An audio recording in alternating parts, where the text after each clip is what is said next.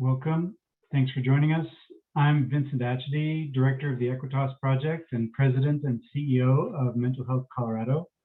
The Equitas Project is Mental Health Colorado's national initiative to disentangle mental health and criminal justice. Thank you all so much for joining our virtual conference series on mental health, excessive sentencing, and the death penalty. This conference, hosted by the Equitas Project and the Eighth Amendment Project, has been offering 60-minute panels each day this week to explore the intersection of mental health, excessive sentencing, and the death penalty. We're covering a variety of topics, and tomorrow we'll be screening and discussing the documentary Too Ill to Execute. I just wanted to start with a few observations. Among the nations of the world that Americans generally hold to be our peer nations, the US is unique in our persistent use of excessive sentencing and the death penalty. We hope that as you join us for each of the panels that we've assembled, you'll consider the 360-degree impact of our nation's attachment to torturous or nearly torturous punishment, inequitably administered, on the mental health of everyone involved, not just the individuals facing excessive sentencing, but also the jurors, corrections officers, prosecutors, defense attorneys, judges, mental health providers, advocates for social change, political actors, taxpayers, and all our children who so fervently want to believe and trust that ours is a just and humane nation. None of us who have our eyes open to the status quo of our system can experience the well-being to which we should aspire. Before we get started, I want to thank Sarah McGee from TASME and Stephanie Foshea from the Eighth Amendment Project, who've been indispensable in putting these fantastic panels together. And also thank Emma Troten and Adam Goss, my colleagues with the Equitas Project in Mental Health Colorado. I also want to acknowledge the very generous support for the Equitas Project from the David and Laura Mirage Foundation. All of our mental health advocacy work is possible thanks to the generosity of partners and allies and donors like you. Thank you for your support. With that, it's my pleasure to introduce our next session, which is on the importance of storytelling and humanizing clients with mental illness in 3 stages: pre-trial, sentencing, and post-trial, clemency and parole. And it's my great pleasure to introduce our moderator for today, Stephanie Foshea, who's Deputy Director of the Eighth Amendment Project. Stephanie began advocating against the death penalty in 1999, and before working with the Eighth Amendment Project, worked on California's no on Proposition 66. She worked for MoveOn.org. She worked with Death Penalty Focus, where she worked on California's Proposition 34 to abolish the death penalty. And in 2008 was awarded Abolitionist of the Year Award by the National Coalition to Abolish the Death Penalty. Stephanie, so glad to have you with us today to moderate this. Please introduce the other panelists, and I'm going to go off screen. Please remember all participants that you can ask questions in the Q&A section, and the panel will respond to those as time allows. And please try and join us again tomorrow. Thank you for being here. Thank you so much, Vincent. It's so great to be here with this esteemed group of panelists I'm so lucky to be talking to today. First, I'd like to introduce Kristen Nelson, who's director of the Parole Project. Secondly, Tracy Salami, who's with the Georgia Resource Center. We have Elizabeth Vardakisian with Advancing Real Change, and Anthony Guinness with the Community Resource Initiative. And so we have just a delightful and very knowledgeable group of people that we are just going to jump in with some questions for them and have them impart their wisdom to us on this important topic. So my first question is for Liz. Can you talk about how thoroughly investigating a client's background and especially their mental health can change the trajectory of a case and really the outcome of a case, and why that's so important? Yeah, absolutely. Before I address that question, I just want to say thank you so much for putting together this panel. It's a real honor to be surrounded by such incredible advocates, and thank you to everybody who's here to learn and to engage in the conversation today.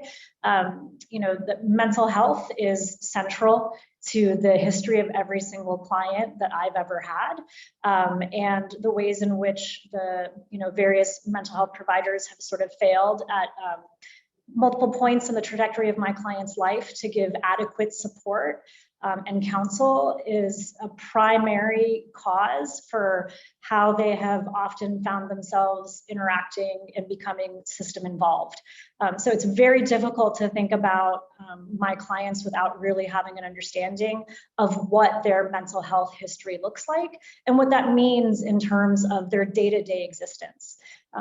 Thorough mitigation investigation is really looking into the entire history of a person, and the history of a person doesn't begin the day that they were born. It begins generations before. And so part of the work that we do is to really understand the collective history of the family and the community and the culture that our clients are born into, and how that informs their mental health and its development. I can tell you that it's so often the case that at the beginning of an investigation, we might think that we have an understanding of a client's mental health and the concerns that he or she might have, but it really isn't until we begin collecting documents and spending time with people who have known the client, have known the client's family, have been a part of the client's community, that we really begin to understand what it means for our client to have a particular mental health concern. It can look very different, and I'm so interested in hearing what the other panelists will have to say today on this topic. But I think that we all come to the table with our own biases in so many ways, and mental health is no different.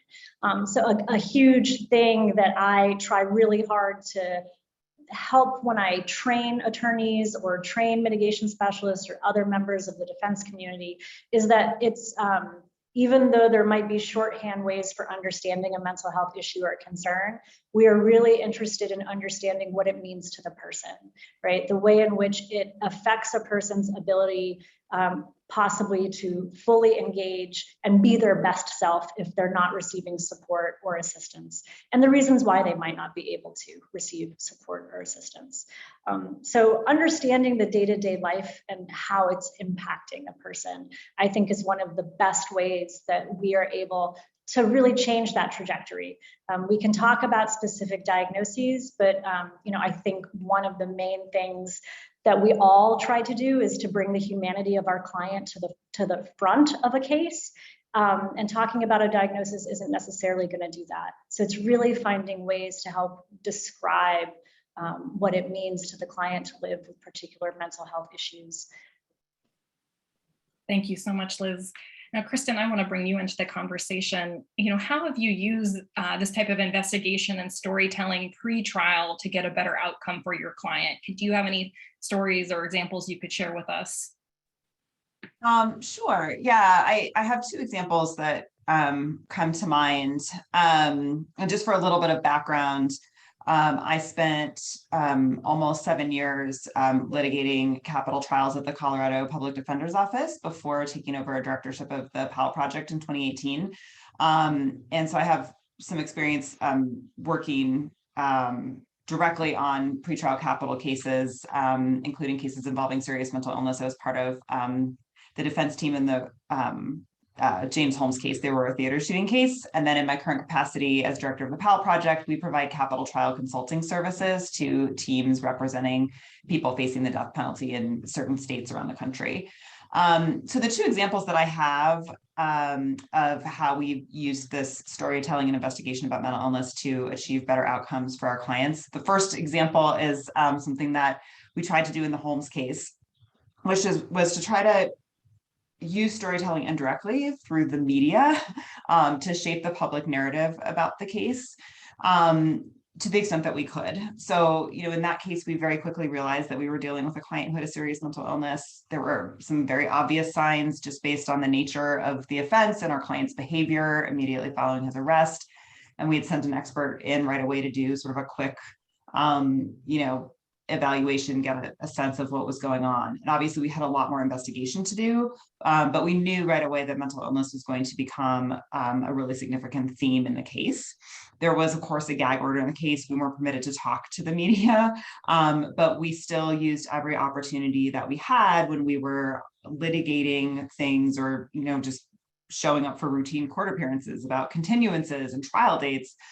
We continually brought up our client's mental illness in those conversations and spent a lot of time talking about how it was going to take us many months to years to thoroughly investigate the nature of his mental illness. And, obviously his mental illness became the subject of many motions and pretrial litigation. And we were always very mindful, we wouldn't let the tail wag the dog, so to speak, but to the extent that we had an opportunity to advance this narrative of, our client was sick, he had an illness, and that is what caused him to commit this horrible crime, not because he's evil, which was the narrative that was being very clearly and strongly advanced by the prosecution and the mainstream media.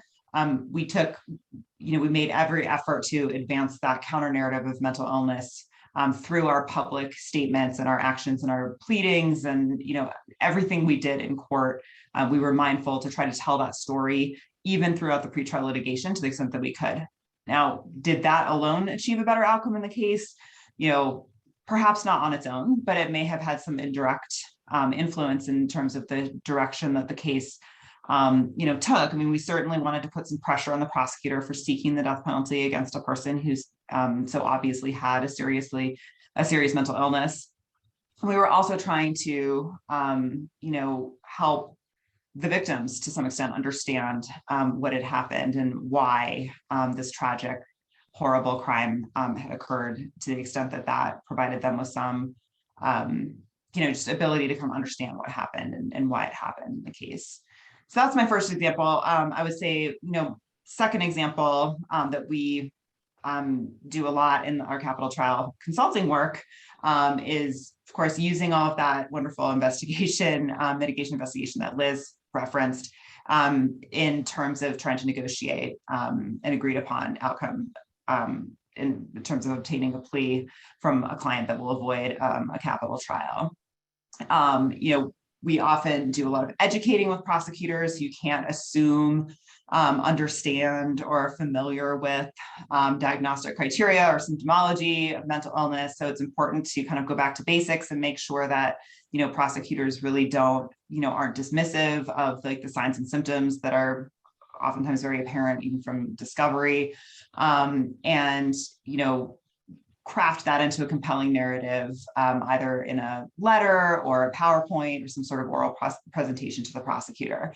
And it's not just about telling that life story and, all of that rich mitigation to conveying that to the prosecutor. For those of you who are familiar with the Colorado method of jury selection, I often say that I think prosecutors are sevens on the scale of 1 to 7, which is to say that they're often not very sympathetic to mental health. I would want any of them on my jury. They're not very sympathetic to mental health evidence. But it's not only about telling the story to them, but conveying to them that, number one, a jury might well find this mitigating, even if you don't.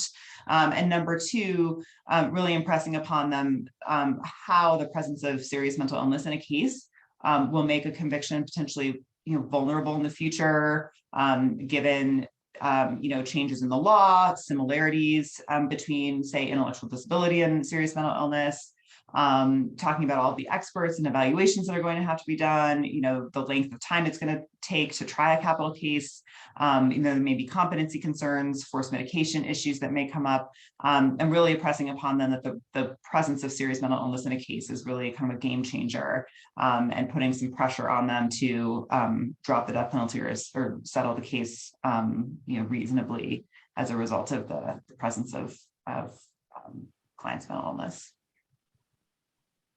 Thank you. Anthony, I'm going to turn things over to you and ask, what are some of the barriers that you encounter when trying to discover mental health information about your clients? Have you encountered resistance due to the stigma around mental illness from either the families or the people you're interviewing, from the client themselves? Can you talk a little bit about these barriers? Yeah.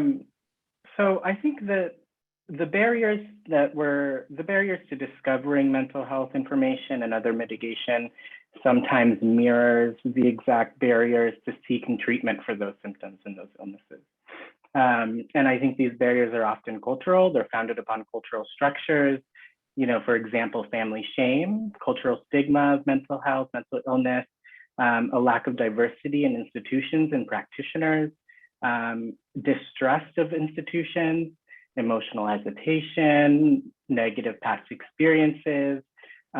We encounter those barriers all the time in the work. And it's not like, mental illness is something that is rare. Pre-pandemic, the National Institute of Mental Health says 1 in 5 folks in the United States have mental illness. That's pre-pandemic, I bet it's more now.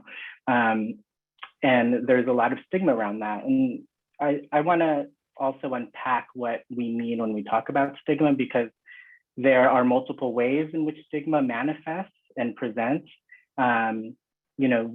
There is the experience of stigma directly, either in past or present experience, of minimization of mental illness. And then there's also an anticipation of that experience. And then also an internalization where we apply that experience or the anticipation of that experience on our own self-identity. And so when we as capital defense practitioners show up at these people's door and ask about mental illness in the context of a death penalty prosecution, all of these manifestations impact people's willingness to share. I also think that sometimes we are our own barrier to it. There are simple recountings of behaviors and storytelling when we show up at a witness's house that can easily be dismissed by us and also by their family members. But behavior, if we think of behavior as a symptom, a symptomatology of a larger diagnosis, then we could start to think about mental illness in a way that's helpful for our cases and for our clients in a way that's healing and holistic. Things like rap lyrics, song lyrics, where folks dismiss those as just gangster rap or whatever the terms are. But when you start to recognize that stuff as a recounting of childhood experiences or neighborhood trauma, then you can start to build the narrative. That stories and these really simple things of folks sharing with us, all of those are symptoms and examples of the ways in which we're maladjusted or we have mental illness, we have symptoms. So tell us more about how steps can be taken to ensure that there's a culturally competent investigation and storytelling for your clients. How do we ensure that happens? So I think the first step is an investment in a prioritization of a culturally competent defense team. As I said earlier, that the barriers to uncovering mental health mitigation mirrors the barriers to receiving the treatment. One of those identified reasons is a lack of diversity in healthcare and mental health care. And I think that applies to defense teams. We need to correct and also mitigate the fact that Black, Indigenous people of color are overrepresented in criminal prosecutions and underrepresented in their defense teams. Not to say that representation is the answer to all of it. And I think before we begin embarking on this, building a culturally competent and diverse team needs to be carried out in a way in which we are valuing team members' experiences and expertise and culture and not just stop at the representation. We got to get to the layer of why it's valuable to have diversity. Because if we don't, we risk tokenizing a person and we see them just for their race or culture without understanding and valuing what that actually means. Short of that, I think seeking to understand culture with an open mind, without judgment, genuine curiosity, to answer questions, really thoughtful questions at the end of the day that we have about why a person is who they are, why they have come before us. I also want to say that culture is not just race. Culture is also age, it's gender, it's sexuality, it's geography. And I don't say that to minimize or dismiss race, because it is a big part and we need to center those conversations. But I think, if we use the framework of cultural ecology, it offers a container to place the mitigation narrative that Liz is talking about. in a way that that connects us despite our differences. Thank you. Now, Tracy, I want to bring you into the conversation. You know, so often we see juries take mental health information and perceive it as more of an aggravating circumstance than a mitigating circumstance. How do you tell a story that and humanize your client and show that their mental illness is not something that makes them more dangerous, but in fact, you know, should be seen as mitigating in terms of their behavior? Can you talk a little bit about that?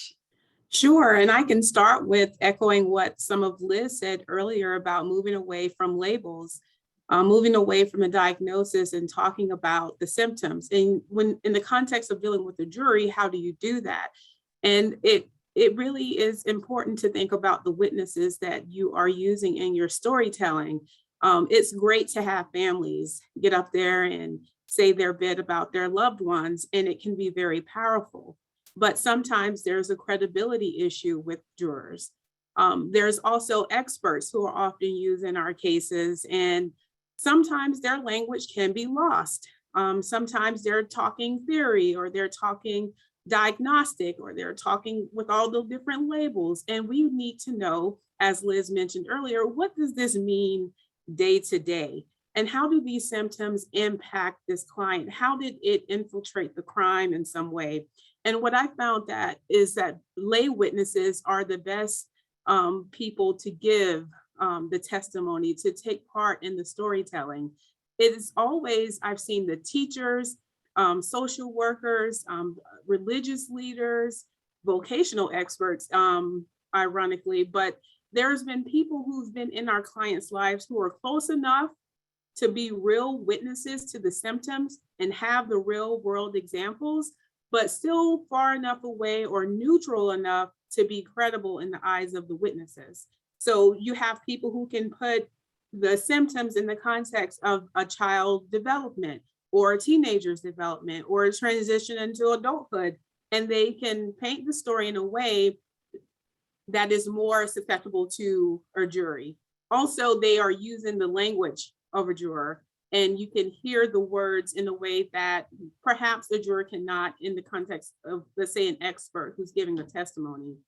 I also think it's important to, in the storytelling, to talk about the complexity of mental health issues in the context of trauma as well. That's something that cannot be overstated.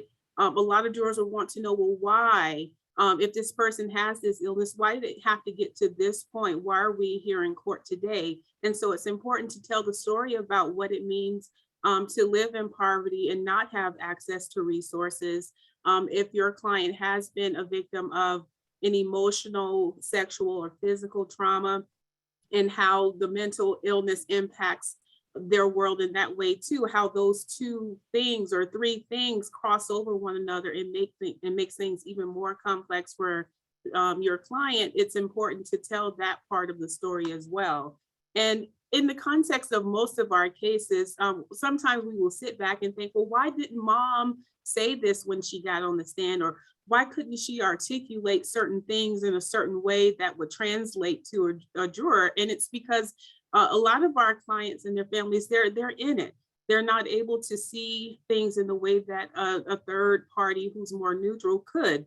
And I think that mental health treatment and the approach to it in general, it does not seem to flow well from the families that we see in these cases. They're not the families that are going to coordinate services, make sure that their child is getting group therapy or individual therapy, seeing psychiatrists, and getting medication management. These are not the families that we see in these cases. So it's very important to have those late witnesses and other people who are in the community who can tell that story in a way that's more credible for our jurors. Thank you. And I think one of our earlier panels touched on the failure of a lot of doctors and experts to believe, especially Black patients, when they talk about certain symptoms, and that there's, even in the attempt to get help, so often there's racial dynamics to being able to receive help and to be believed when there are symptoms. So I think you touched on something really important there. Kristen, I wanted to invite you to weigh in on this same topic, with juries, how do you approach juries to ensure that they see your client as a whole person and see the mental health information as part of a humanizing aspect. If not for this mental illness, they would not have committed this crime. Can you talk a little bit more about that as well from your experience? Sure. Yeah. And I think that the Holmes case kind of lends itself as a good example of that. I mean, I think in the context of a capital case, I would say the first thing that we tried to do was use jury selection to remove jurors who did not, who did attach these ideas about, dangerousness to mental illness in a way that, we always use jury selection to like identify people's viewpoints about mental illness and strike the jurors that aren't going to be favorable to us, rather than like, kind of believe in our own powers of persuasion, that we're really going to be able to persuade, if people have these firmly held beliefs about mental illness that, are not going to work in our favor, we're not going to waste our breath trying to persuade them. We're going to try to strike them and find jurors who have, who are more inclined to be open and receptive to evidence of mental illness as mitigation. So that's number one, of course. And I think that, we did a lot of front loading mitigation in Holmes. We actually presented all of our expert testimony in the first part of the trial, and, spent a lot of time, with our experts kind of working through, how might, what are the prodromal symptoms of mental illness? Like how might these symptoms of, say, schizophrenia start to emerge? What is the, age range within, the time frame within, which males often develop their first, or, have their first psychotic break? You kind of like laid the foundation throughout the merits phase of the trial. And then by the time we got to the penalty phase, we did exactly what, Tracy was talking about. We had people from different points of the client's, periods of time in the client's life, from, early childhood, elementary school, middle school, high school, all the way up through college and graduate school, in addition to his family members, to try to tell the story that was very consistent with the information that our experts had relayed earlier on in the trial of, this is not a person who was born evil. Again, that was the narrative that we were pushing against the entire time in that case. That this is a very, these prodromal symptoms of schizophrenia were mistaken for, kind of typical adolescent withdrawal or touchiness or grouchiness, but in fact, those were, the symptoms of, prodromal symptoms of schizophrenia that would kind of reach a crescendo later on. And, we just tried to situate this horrific event in the context of the client's entire life. This was out of character for him.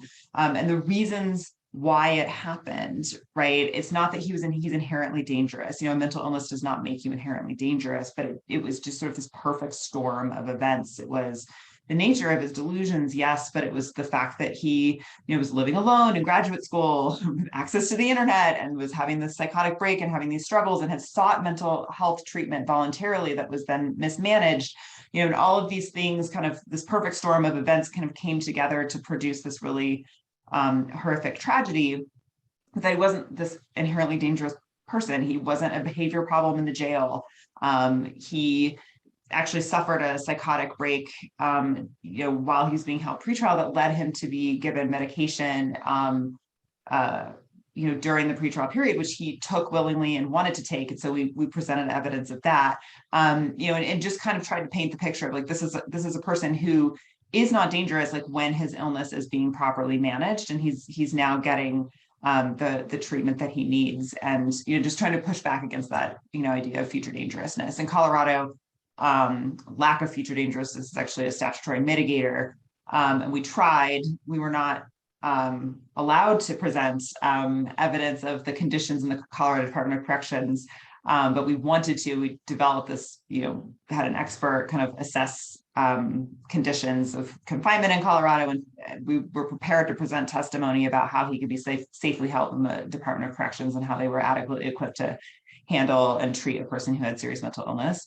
But that's also, of course, certainly something that would have been, we strongly felt, relevant for the jury to hear about. Thank you. I want to acknowledge there's some great questions coming in from the audience. We will try to get to those shortly. Before we do that, Tracy, I want to go back to you and talk about clemency. Clemency in capital cases is more akin to a public relations campaign than a legal proceeding. How do you use storytelling effectively in this type of clemency process, particularly as it pertains to mental illness?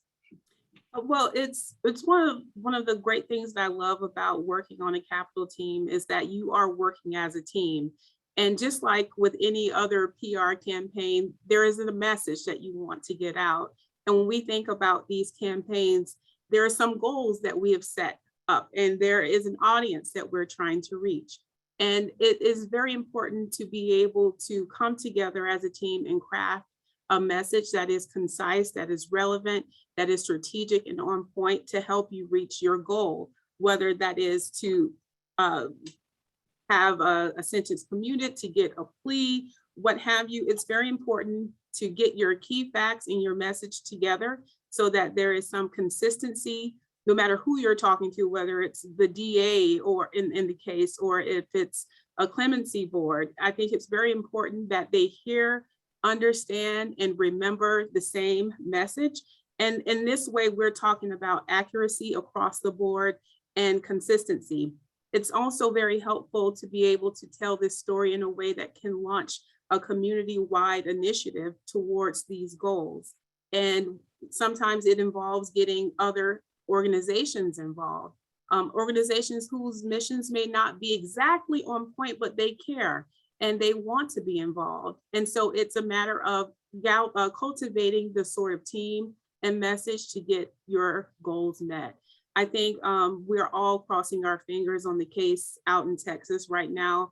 And you have to be living under a rock to not have come across something somewhere in the news or an email or a brother or sister organization that is talking about the Melissa Lucio case.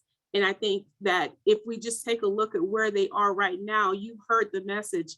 And some of the messages we've heard are, this was an accident, and that there's new information, and it's very credible information. And we just need to stop and give this mom a chance. And so there's different little tidbits of information that you hear that is supposed to draw you in to say, this is who my client is. This is what happened. Here's the injustice. Now, what are we going to do about it? Let's do this. And I think that that is a very important part of preparing for the clemency process, is to be able to be on message and target your message to achieve your goal. I think that's right. And, today would have been Melissa Lucio's execution date had it not been stayed a few days ago. And I think that that's, shows right there the power of storytelling and how many people galvanized behind her. Talking about these lessons, are any of these applicable in the parole review process? What's similar and what's different when thinking about the role that mental health information can play and sort of preparing for that parole process? It is similar, but there are some differences in parole because I think mental health can be used as a double-edged sword in a lot of ways, especially when we're thinking about clients who have symptoms that seem to be a bit more alarming for folks, especially when we're talking about probation officers and the assignments that they receive. But if we just start with some of our clients and the institutions that they're in, they're not receiving adequate services to begin with. If there's any services at all, it's not consistent. And so there is sometimes a situation where their conditions have worsened. And so if the parole boards are reviewing mental health information, sometimes it doesn't paint your client in the best picture. There's often inconsistencies in services in the cases where there are treatment providers in place, but perhaps there are layoffs, especially right now in COVID.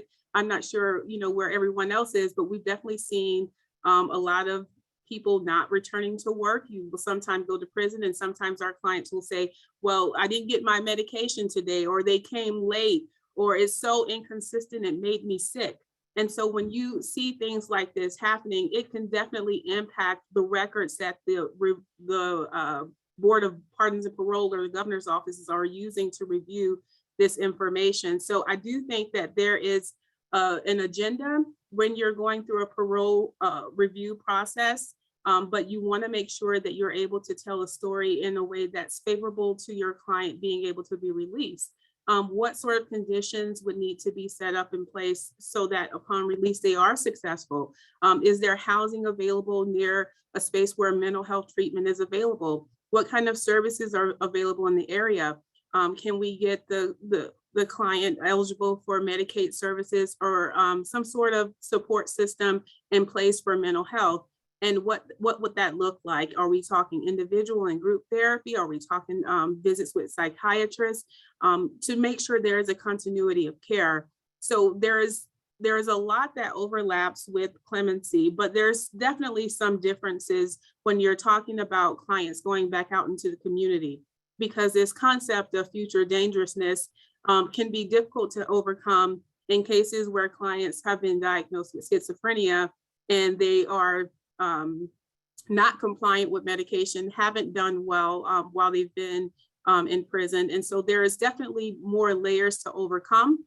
And it's something that, again, requires a concerted effort for the team to get on top of these things, to make sure that their clients are taking advantage of all of the services that are available in the prison. And when things are not going well, when services are not being offered, that there is an advocate who's there to say, there is a lapse in services here. There's things that are not in place that should be in place. Thank you. No, I want to turn to some of the questions we've already gotten from the audience, and then I have, a couple questions more. But we have a question from Courtney and Liz. I thought you might want to take a stab at answering this one, but the question is, what should you do when your client refuses or severely limits mitigation efforts? One of the themes that I feel like has come out of the comments of all the panelists is the importance of taking like time and really focusing on understanding the context of what it is that you were observing. And so my immediate thought to that question is, there's a lot of information that I would want to know about what's going on with my client and what might be some motivating factors in why the client feels that way. There can be so many reasons that a client might want to limit the evidence that's presented. I also think that, there's a limitation in the language that we have chosen to take on when we talk about mitigation. I don't think about mitigation as a piece of evidence. I think about mitigation as a life. It's a whole life story. And so I think about the way in which we communicate with our clients about what it is that we are doing with them as we're preparing for a case. And if you talk about presenting evidence about all of these things that they might feel shame or have tried to avoid talking about their entire life, that they may have been ridiculed or harmed because of, that might not be a very enticing way to get the client to understand that what we're really trying to do is show all the fullness of them, right? A person is not their mental illness. Like, no single human being is defined by one thing about their existence, right? And so really taking the time to understand the client's perspective, their experience, and not talking about mitigation in a way that is sort of like relegating it to something specific, because it's really not a single piece of evidence. Thank you. Now, Kristen, I want to pass this next question from Mark to you. He asked, what approach can be taken to correct, if not negate, false narratives about a client's offense that stand forever as a barrier to an honestly nuanced story about his or her mental health that was discovered subsequent to a death penalty sentence? Boy, I don't know if I have a good answer to that one. It's difficult. We fought to try to push back against this narrative of evil. And I think, in the end, we prevailed in some sense through, the focused storytelling within the context of the trial. I don't know if I am an expert on how to shape and change public narratives about a case years later down the road. Other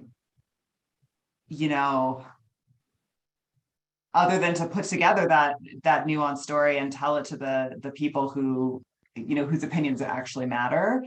Obviously there could be a place for, for media, you need to think through the ethics of whether that's going to be advantageous to your case, if you can find a sympathetic reporter, if that even makes sense, where depending on where you are in terms of like your procedural posture, but it's a tough one. I mean, I think that, in the end, you're not going to change the hearts and minds of everyone.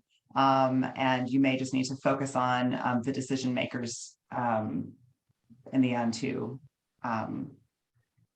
whose opinion is really going to matter. I don't know if anyone else wants to weigh in on that question. I'm sorry, I feel like I didn't have a very good answer. Does anyone else want to weigh in? Otherwise, I have somewhat of a similar question coming from Robert that I was going to toss over to you, Tracy. How do you respond to the prosecution's use of damaging stereotypes about race, around gender identity, to inflame a jury against mental health information? Well, in the context of, I'm thinking of one case in particular when I was back in New York.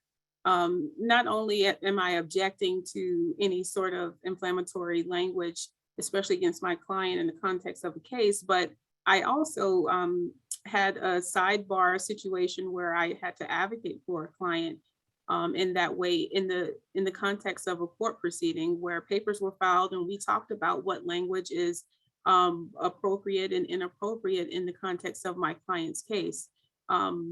In that particular, the case that I'm thinking of in particular, opposing counsel certainly used some language that was very derogatory in the presence of my client and others who were in the courtroom that day. And I thought that it was, of course, just unacceptable, and it had to be addressed in the context of those court proceedings. So I'm willing to go as far as I need to go to advocate for my client. So that's one way that I've addressed it. Thank you.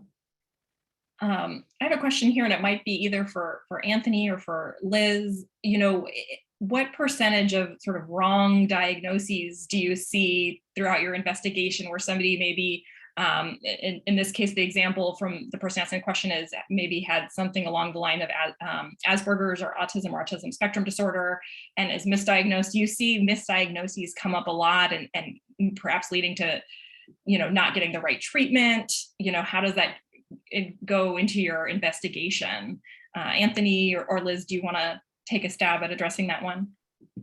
I can start and I'll pass it to Liz after. Yeah, I think one of the most common misdiagnoses are things like ADHD as a kid, things that, as Liz was saying, we need to think about how the behaviors and the symptoms impact the ways in which we move around the world. We sit in a classroom, and sometimes those behaviors that actually are representative of an adverse childhood experience or household trauma or abuse, the way that impacts someone showing up to class can be misdiagnosed or misinterpreted as having ADHD. And then folks, young kids are medicated for that, as opposed to recognizing the root cause of that behavior as trauma and treating that instead. And having that as the foundation, we can begin to think about using the framework that Liz is saying, get away from the diagnoses, the labels, and really think about what this actually means for someone walking through the world in a neighborhood or in a classroom. I'll pass it to Liz if she's got anything else to add. I mean, the only other thing that I would offer is it's both a misunderstanding of what's happening and it's like an understanding, like a lack of understanding. And what I mean when I say that is, in the vast majority of cases that I've worked on, my client is in a school setting, for example, where there's a lot of stuff happening in that classroom.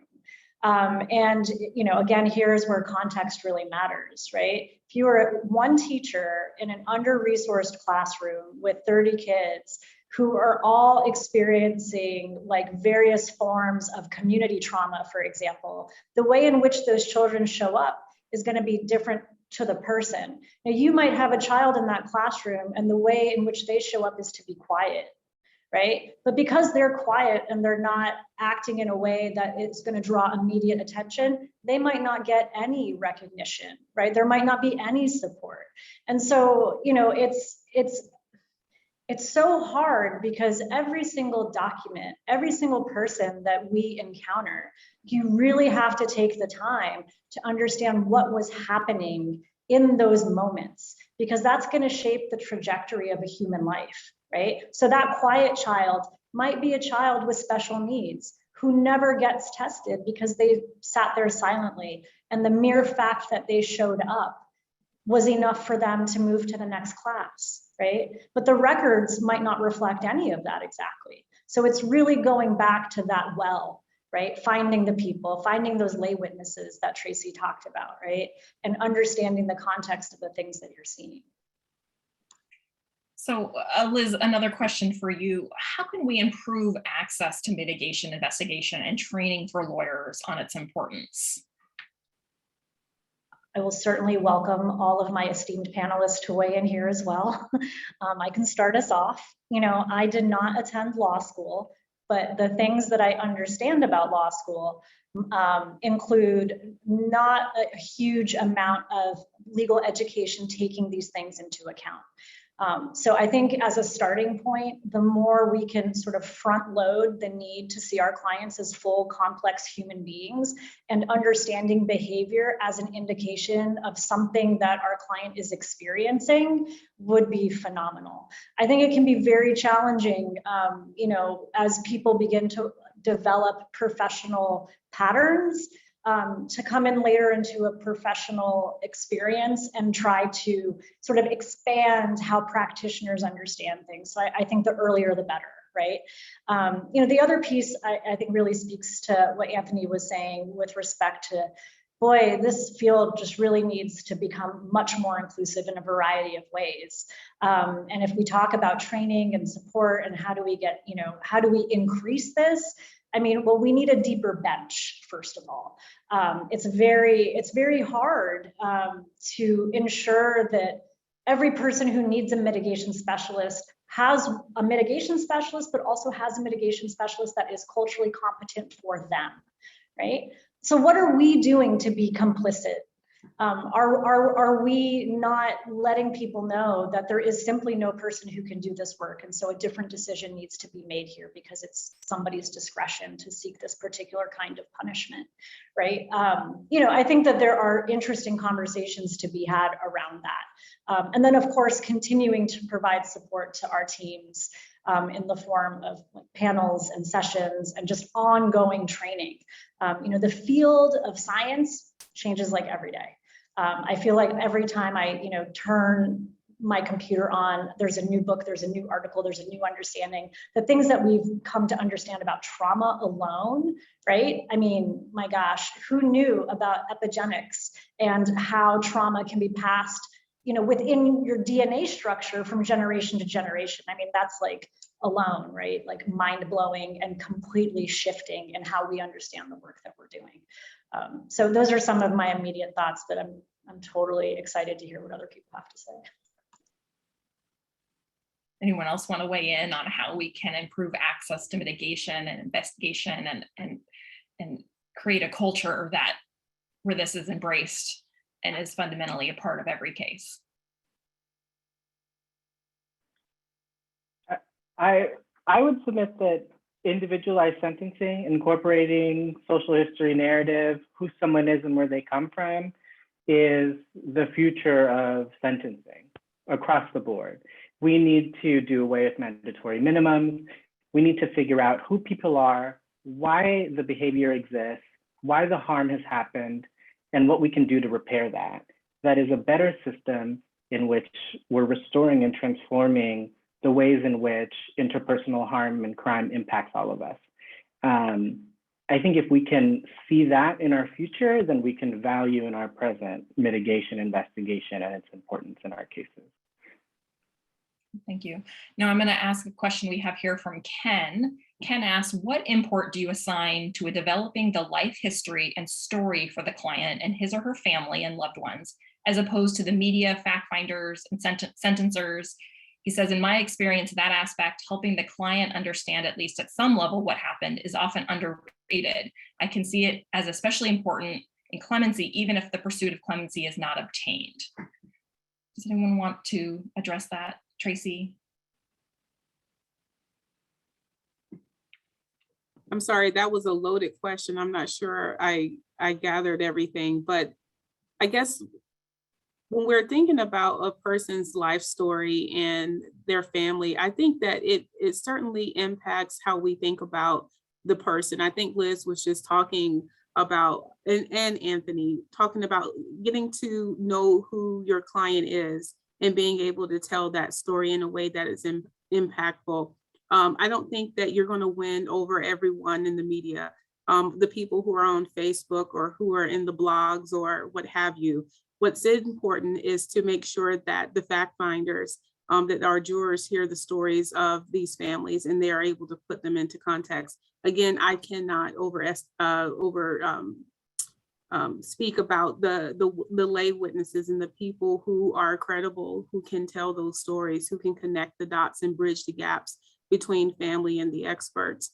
I think it's important in the context of clemency as well to talk about what this means for those who remain in the family.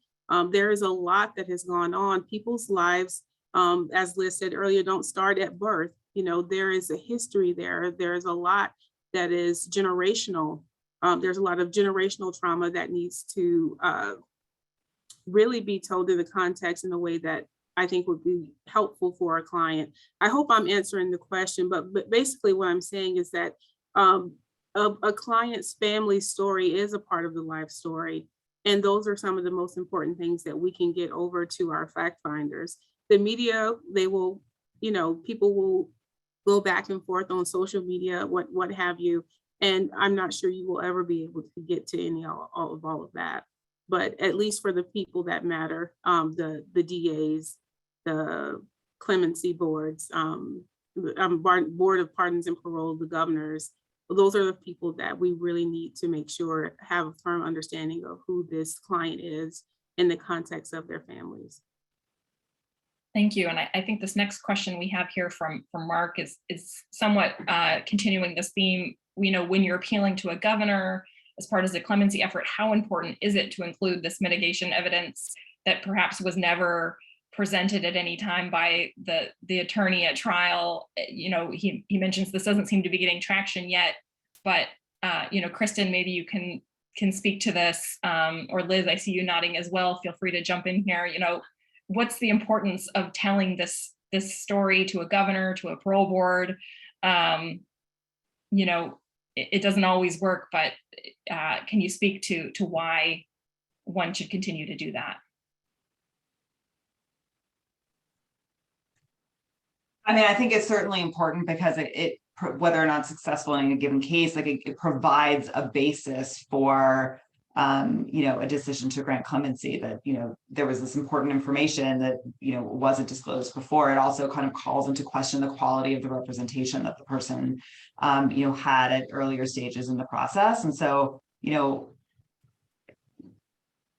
clemency can certainly be just, you know, just a grant of mercy for no reason or any reason at all. But, you know, I think it certainly is helpful to provide, you know, some reasoned bases upon which to, you know, kind of hang one's hat on, you know, clemency grant. And so I think it, you know, I think it's definitely important, whether or not, you know, it's successful. I also think this question kind of loops back into Ken's question, which I really love that question. I have a lot of like complicated thoughts and feelings about this, but my reaction to that question is that, like, especially in these later stages, I think it's a very different thing to be telling a client's life story in the context of a sentencing hearing in a capital case at the trial level, versus trying to tell a client's story years later after the fact, to a different decision maker in a different context.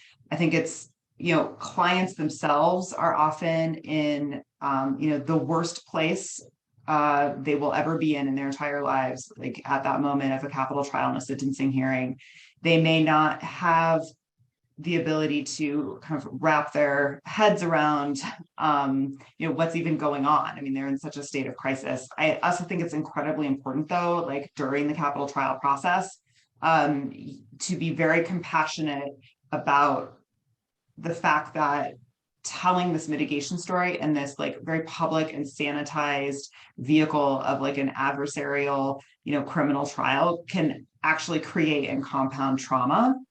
And it's very important to help a client kind of understand their own life story, the purpose for which this is being introduced, allow them to have input, and to try, and you have to do what you have to do in terms of the confines of capital sentencing hearing, but to try to do that in the most compassionate and humane way possible, and like recognizing that this isn't just about, like Liz said earlier, it's not about just slicing and dicing somebody's life story into little bits of evidence, but that this is a person's life, and in some respects it's like all you have left at that point is your life story, and your need to tell it in the way that you perceive it should be given some credence and some weight. But yes, I mean, going back to that Mark's question, I think it can be very healing to help a client in these later stages of appeal and clemency, when you have the time and the space to kind of reflect back on the person that you were at the time of the offense, the person that you were before, the person you've become after, and really help a client kind of gain some perspective and work through their own understanding of what happened and their own understanding of their life story, whether or not that ultimately results in a grant of clemency or some form of relief. To me, I find tremendous value in the doing of that, and helping clients heal. Thank you. We just have a couple minutes left. We may not be able to get to all the questions, but we appreciate everybody sharing their questions and their comments in the Q&A. But I wanted to give our panelists just an opportunity, if they have any final thoughts or reflections on the conversation or anything they want the audience to take away with them today, to give you all an opportunity to share if you want to. I just want to echo what Kristen was saying a little bit and offer something additional for people to think about. Our criminal legal system can operate the way that it does because it doesn't take into account human dignity. And what is the importance of these narratives? It's reminding people of the dignity that each human being has.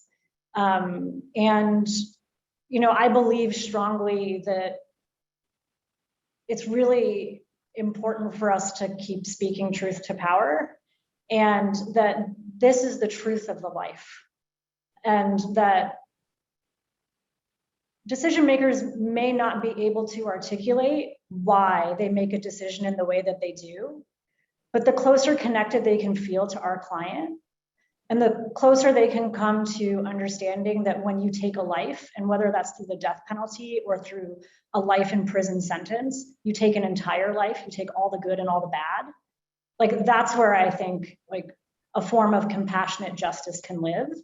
And so we talk about it through the language of mitigation, but what we're really talking about, I think, is the need to infuse the human dignity that our system wasn't created with in the first place. Thank you. Any other final thoughts from our panelists? Just thank you, Stephanie, and the hosts and sponsors for this. Is an incredible conversation. Honored to be here. We're so grateful for all of you for sharing your expertise today. Tracy or Kristen, any final thoughts? If not, that's fine. Just want to give you the last word if you. No, thanks for inviting me in. It's nice to be here. I was going to say the same. Thank you so much for inviting me as well. We appreciate you so much. We just want to remind everyone that we have 2 more panels tomorrow and Friday at 4 p.m. East. Tomorrow is a screening of Too Ill to Execute and a discussion with Sarah McGee from TASME and the filmmaker.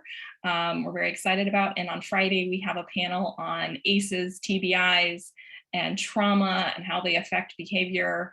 And we're so excited to have wonderful discussions for the rest of this week. So we hope you join us. It'll be the same Zoom link tomorrow and Friday. So join us then. Thank you all to the panelists. We appreciate you and all the work that you do.